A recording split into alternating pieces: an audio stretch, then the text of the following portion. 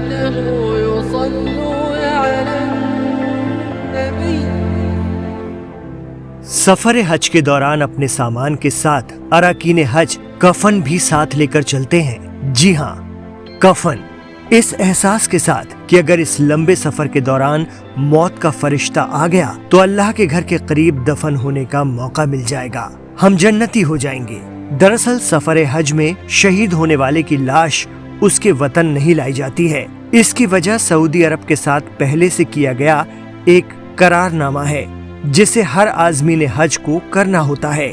आप सोच रहे होंगे कि आखिर मुसलमान सफर हज पर जाते वक्त कफन क्यों साथ ले जाते हैं। उलेमा हजरात बताते हैं कि इसके पीछे एक बहुत अहम चाहत जुड़ी हुई है। असल में तो पहले तो लोग जब सफ़र करते थे पानी जहाज से तो कफन साथ लेके जाते थे कि रास्ते में कोई हादसा हो जाए, कुछ हो जाए तो कम से कम उस कफन में उन्हें दफना दिया जाए।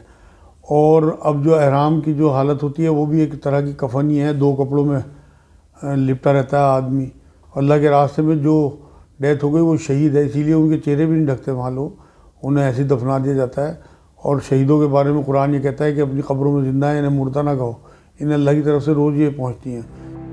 दरअसल हर मुसलमान चाहता है कि उसकी आखिरी रस्मात पैगंबर हजरत मोहम्मद सल्लल्लाहु अलैहि वसल्लम से जुड़े शहरों मक्का और मदीना की जमीन पर हो, क्योंकि हज का सफर काफी लंबा होता है। पहले के दौर में तो ये यात्रा कई महीनों की होती थी। सफर पानी के जहाज से तय होता था।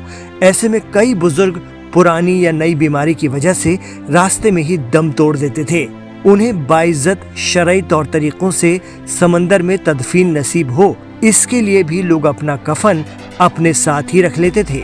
लेकिन अब सफर बहुत छोटा हो गया है। कुछ ही घंटों में भारत या दुनिया के किसी भी शहर से जद्दा या मक्का पहुंचा जा सकता है। लेकिन फिर भी इस आस में सामान के साथ सफर ले जाने की रिवायत है कि हज के दौरान मौत आ गई तो अपने साथ लाए कफन में लपेटकर हमें मदीना के जन्नतुल बकी कब्रिस्तान में दफन होना नसीब हो जाएगा। इस साल मक्का शहर में शदीद गर्मी के चलते अब तक अलग अलग मुल्कों के मिलाकर 1000 हाजी शहीद हो चुके हैं। इनमें से करीब 100 हिंदुस्तानी मुसलमान भी हैं जिन्होंने तेज गर्मी की वजह से मुकद्दस सरजमीन पर जामे शहादत हासिल की है। इन सभी की तदफीन अब मक्का मुकर्रमा या फिर मदीना मुनव्वरा में ही होगी। आपको बता दें कि सऊदी अरब के हज कानून में भी साफ तौर पर कहा गया है कि अगर कोई शख्स हज करते हुए जान गंवाता है तो उसकी लाश उसके देश नहीं भेजी जाएगी, बल्कि उन्हें सऊदी अरब में ही दफन किया जाएगा। हर आज़मीन हज सऊदी अरब जाने से पहले एक एप्लीकेशन फॉर्म भरता है जिसमें वो नियम और कायदों को मानने की सहमति जताता है। वो इस बात का ऐलान करता है या करती है कि सफर हज के दौरान मौत आने पर उसकी फैमिली की तरफ से अगर कोई एतराज दर्ज किया जाता है या इल्जाम लगाया जाता है तो उसे ना माना जाए। यही वजह है कि ज़ायरीन अपने साथ कफन ले जाते हैं। आपको बता दें कि हज के दौरान मरने वाले शख्स की पहचान होने के बाद वहां का जिम्मेदार डॉक्टर या अस्पताल डेथ सर्टिफिकेट देता है। इसके बाद उसे गुस्ल दिया जाता है।